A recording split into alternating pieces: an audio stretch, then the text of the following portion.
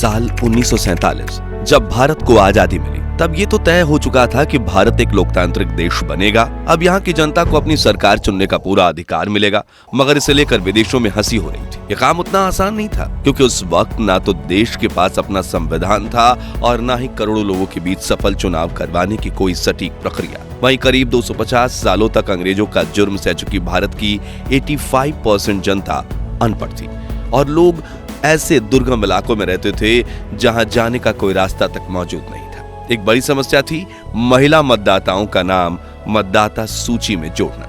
उस वक्त बहुत सी महिलाओं को अपने नाम बताने में झिझक थी। वो अपने नाम को किसी की बेटी या किसी की पत्नी कहलाना अधिक पसंद करती थी, जिसका परिणाम ये हुआ कि करीब 80 लाख महिलाओं का नाम मतदाता सूची में नहीं लिखा जा सका। चुनाव आयोग का प्रयास था कि हर मतदाता का नाम मतदाता सूची में लिखा जाए। हालांकि कई विकसित कहे जाने वाले देशों में महिलाओं और गरीब मजदूरों को वोटिंग का अधिकार नहीं था। वैसे तो भारत का ये फैसला कई मायनों में काफी अहम था, लेकिन पहली ही बार में करोड़ों वोटर्स से मतदान करवाना और उन्हें मैनुअली यानी हाथों से गिनकर रिजल्ट देना कोई मामूली खेल नहीं था।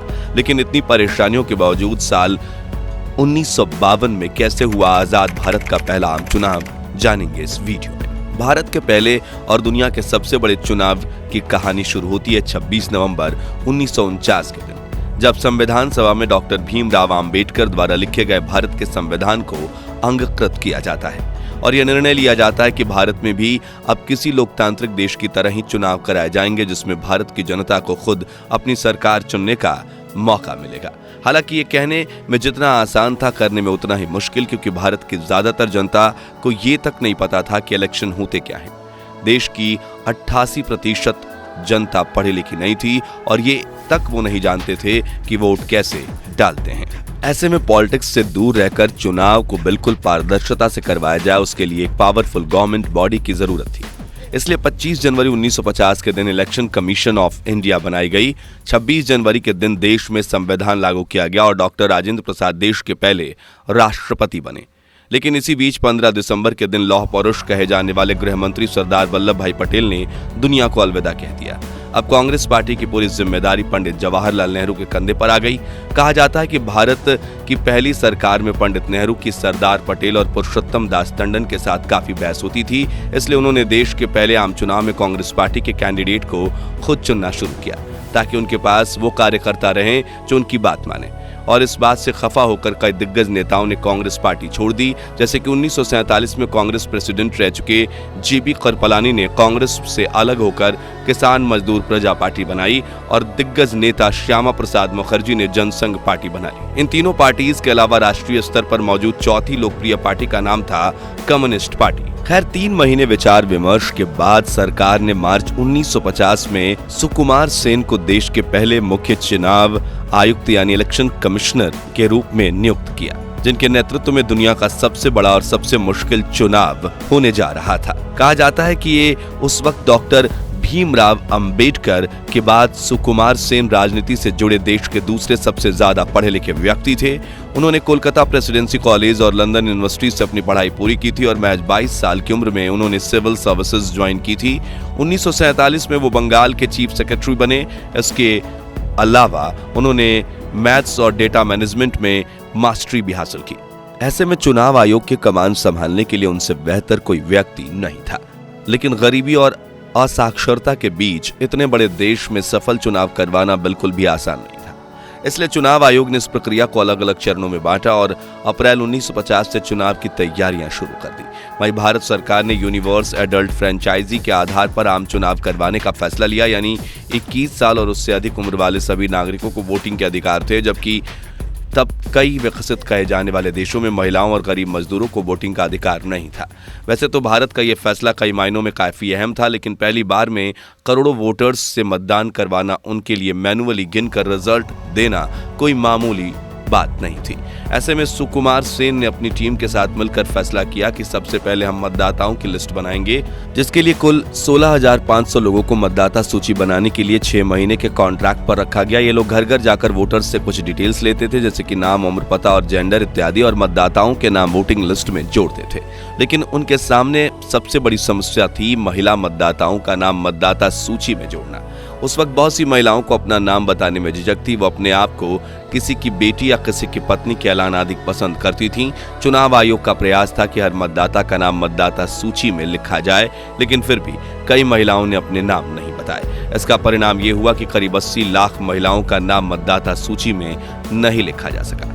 मतदाता सूची बनाने के बाद अगला चरण था मतदान केंद्र बनाना, जिसे लेकर रामचंद्र गुहा अपनी किताब इंडिया आफ्टर गांधी में लिखते हैं कि पूरे भारत में कुल 2,24,000 मतदान केंद्र बनाए गए थे। इसके अलावा लोहे की 20 लाख मतपेटियां बनाई गई थीं, जिसके लिए लगभग 8,200 टन स्टील का इस्तेमाल किया गया था और करीब 62 करोड़ मतपत्र छापे गए थे। इसलिए भारत के कुछ इलाके ऐसे भी थे जहां मतपेटियां पहुंचाना काफी मुश्किल था। ऐसे में कुछ दुर्गम पहाड़ी इलाकों में मतपेटियां पहुंचाने के लिए खास तौर से पुलों का निर्माण किया जाना था, जबकि हिंद महासागर के कुछ महाद्वीपों में मतदाता सूची पहुंचाने के लिए नौसैनिक पोतों का इस्तेमाल किया गया। यहाँ एक और समस्या ये थी कि भारतीय जनता का बड़ा हिस्सा अनपढ़ था और मतदान करते वक्त उनके लिए अपने इलाके के चुनावी उम्मीदवार के नाम पढ़ना नामुमकिन था। इसलिए इलेक्शन कमीशन ने चुनाव में भाग लेने वाली हर पार्टी में उनका अलग अलग चुनाव चिन्ह चुनने के लिए कहा, ताकि उस चिन्ह को देखकर मतदाता अपनी पसंदीदा पार्टी के उम्मीदवारों को वोट दे पाए।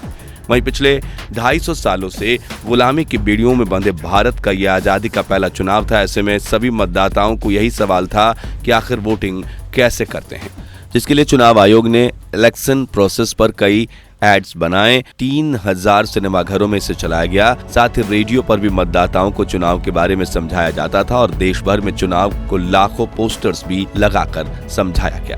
इसी तरह अगले 2 सालों तक भारत की जनता तक चुनाव से जुड़ी हर जरूरी जानकारी पहुंचाई गई और अब जनता अपनी सरकार चुनने के लिए तैयार थी। जहां एक तरफ इलेक्शन कमीशन ऑफ इंडिया चुनाव की तैयारियों में लगी थी, वहीं दूसरी तरफ सभी पॉलिटिकल पार्टीज अपने प्रचार में लग चुकी थी। हर तरफ सभाएं आयोजित की जा रही थीं, रैलियां निकाली जा रही थी और भाषण दिए जा रहे थे। इसी तरह समग्र भारत में इतना रोमांचक माहौल बन गया कि पहली बार चुनाव देख रही जनता के लिए किसी त्योहार से कम नहीं था। उस वक्त 14 राष्ट्रीय पार्टियों ने 40 क्षेत्रीय पार्टियों ने चुनाव में हिस्सा लिया, जिसमें से कांग्रेस, सोशलिस्ट पार्टी, भारतीय जनसंघ और कम्युनिस्ट पार्टी चुनाव में भाग लेने वाली सबसे दिग्गज पार्टियां थी। कांग्रेस की तरफ से मुख्य प्रचारक प्रधानमंत्री जवाहरलाल नेहरू और लाल बहादुर शास्त्री थे। वहीं सोशलिस्ट पार्टी के प्रमुख चेहरों में राम मनोहर लोहिया, जयप्रकाश नारायण का नाम शुमार था, जबकि जनसंघ का नेतृत्व श्यामा प्रसाद मुखर्जी कर रहे थे। 1 अक्टूबर 1952 के दिन पंडित नेहरू का पहला चुनाव प्रचार अभियान शुरू हुआ और अगले 9 महीने में जवाहरलाल नेहरू ने देश के कोने कोने में चुनाव प्रचार किया, जिसमें उन्होंने 25,000 मील की दूरी तय की, जिसमें 18,000 मील का सफर हवाई रास्ते से, 5200 मील का कारों से और 1600 मील रेल और यहाँ तक कि 90 मील रास्ता उन्होंने नाव में बैठकर भी तय किया। नेहरू का पहला चुनावी भाषण पंजाब के लुधियाना में हुआ था। इसमें उन्होंने सांप्रदायिक दलों पर हमला बोलते हुए कहा कि वे लोग हिंदू, सिख और संस्कृति के नाम पर सांप्रदायिकता को बढ़ावा दे रहे हैं, जैसा एक जमाने में मुस्लिम लीग ने किया था। दिल्ली में दिए हुए दूसरे भाषण में उन्होंने घोषणा की कि अगर कोई शख्स धर्म के नाम पर किसी दूसरे शख्स पर हाथ उठाता है, उससे वो अपनी आखिरी सांस तक लड़ेंगे। वहीं अंबाला में उन्होंने महिलाओं से अपील की कि वो पर्दे की प्रथा को छोड़कर देश के निर्माण में आगे आएं। इसी तरह चुनाव प्रचार के दौरान नेहरू ने करीब 2 करोड़ लोगों को सीधे संबोधित किया और करीब इतने ही लोग उनकी सिर्फ एक झलक के लिए सड़कों के दोनों ओर खड़े थे। बता दें कि उस समय कांग्रेस के टिकट के लिए बहुत मारामारी थी, क्योंकि लोगों का मानना था कि इस टिकट पर एक बिजली का खंभा भी चुनाव जीत जाएगा। यूं तो सभी पार्टी जनसभाएं कर चुनाव प्रचार कर रही थी, लेकिन कम्युनिस्ट पार्टी अकेली पार्टी थी जिसको रेडियो पर प्रचार करने का मौका मिला, वो भी आकाशवाणी पर नहीं बल्कि रेडियो मॉस्को पर। खैर, दिल्ली में इलेक्शन कमीशन ने चुनाव करवाने के लिए करीब 56,000 लोगों को प्रिजाइडिंग ऑफिसर के तौर पर चुना, जबकि उनकी मदद के लिए 2,28,000 सहायकों और 2,24,000 पुलिसकर्मियों को तैनात किया गया। वोटिंग की प्रोसेस काफी सिंपल थी। हर मतदान केंद्र पर मतपेटियां रखी थीं। हर पेटी पर अलग अलग चुनावों का चिन्ह हुआ करता था और मतदाताओं को उसमें अपना मत डालना होता था। लेकिन यहाँ कोई मतदाता 2 बार मत ना कर दे, इसलिए भारतीय मतदाताओं ने ऐसी स्याही बनाई जो मतदाताओं की उंगली पर 1 सप्ताह के लिए बनी रही। साथियों, आपको बता दें कि पहले चुनाव के 72 सालों बाद आज भी इलेक्शन में उसी स्याही का इस्तेमाल किया जाता है। इस तरह आजाद भारत में करीब 1.5 साल तक चुनाव की तैयारियां चली और 1952 के आम चुनाव का सबसे पहला वोट 25 अक्टूबर 1951 के दिन हिमाचल प्रदेश के चीनी तहसील में डाला गया, जिसके बाद देश के हर दूसरे भागों में जनवरी और फरवरी 1952 में मतदान करवाया गया, जिसमें मतदाताओं ने बढ़ चढ़ कर हिस्सा लिया। साथियों, ये कोई छोटी बात नहीं। पूरे देश में व्यापक अशिक्षा के बावजूद करीब 45.7% मतदाताओं ने अपने मताधिकार का इस्तेमाल किया। 68 चरणों में कुल 17 करोड़ पर 30,12,343 वोट हुए और प्रत्येक मतदाता पर केवल 60 पैसे का खर्च आया। इस तरह देश के पहले इलेक्शन में कुल मिलाकर करीब 4,500 सीटों के लिए चुनाव हुआ था, जिसमें 499 सीटें लोकसभा की थीं। इस तरह ब्रिटेन, अमेरिका और चीन जैसे देश ये जो आस लगाए बैठे थे कि भारत में पहला चुनाव असफल होगा और भारत का लोकतंत्र टूटकर बिखर जाएगा, उनकी उम्मीदों पर पानी फिर गया और मजबूत हिंदुस्तानियों ने अपने पहले चुनाव को सफलतापूर्वक अपने अंजाम तक पहुंचाया। अब बारी थी रिजल्ट्स की, तो पंडित नेहरू की अगुवाई में चल रही कांग्रेस पार्टी ने लोकसभा में 499 सीटों में से 364 सीटों पर जीत हासिल की और भारी बहुमत से अपनी सरकार बनाई, जबकि राज्यों की विधानसभा की कुल 3,280 सीटों में 2,247 सीटों पर भी कांग्रेस ने जीत हासिल की। वहीं कम्युनिस्ट पार्टी को लोकसभा चुनाव में कुल 16 सीटों पर जीत मिली, जिसमें से 8 सीटें मद्रास की थीं, जबकि भारतीय जनसंघ ने 49 सीटों पर चुनाव लड़ा, जिसमें से उन्हें सिर्फ 3 सीटों पर विजय प्राप्त हुई, जिसमें से 1 सीट अध्यक्ष श्यामा प्रसाद मुखर्जी की थी, जिन्होंने कलकत्ता दक्षिण में भारी बहुमत से जीत हासिल की थी। वहीं किसान मजदूर प्रजा पार्टी ने 144 सीटों पर चुनाव लड़ा और उनके सिर्फ 9 उम्मीदवार ही जीत का आनंद उठा पाए। इसके अलावा राम मनोहर लोहिया और जयप्रकाश नारायण की सोशलिस्ट पार्टी ने 254 सीटों पर चुनाव लड़ा, जिन्हें सिर्फ 12 सीटों पर ही विजय प्राप्त हुई। इसके अलावा करीब 1 दर्जन पार्टियों ने 1 से 2 सीटों पर जीत हासिल की। हालांकि इस चुनाव में कई दिग्गज नेताओं ने हार का स्वाद भी चखा, जैसे कि राजस्थान में जयनारायण व्यास, बंबई में मोरारजी देसाई, बाबा साहब भीमराव आम्बेडकर। बाबा साहब को एक बेहद साधारण उम्मीदवार नारायण काजरोलकर ने चुनावी मैदान में मात दे दी। किसान मजदूर प्रजा पार्टी के आचार्य कृपलानी भी फैजाबाद से चुनाव हार गए, लेकिन खुशकिस्मती से कुछ दिनों बाद वे भागलपुर से उपचुनाव जीतकर लोकसभा में पहुंचने में कामयाब हुए।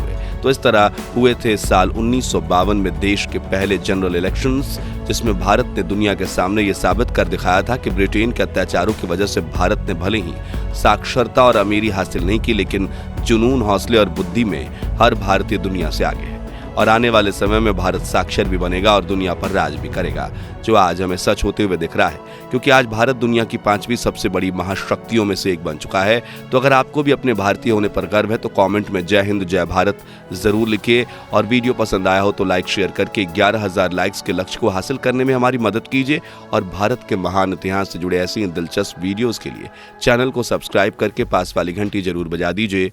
धन्यवाद।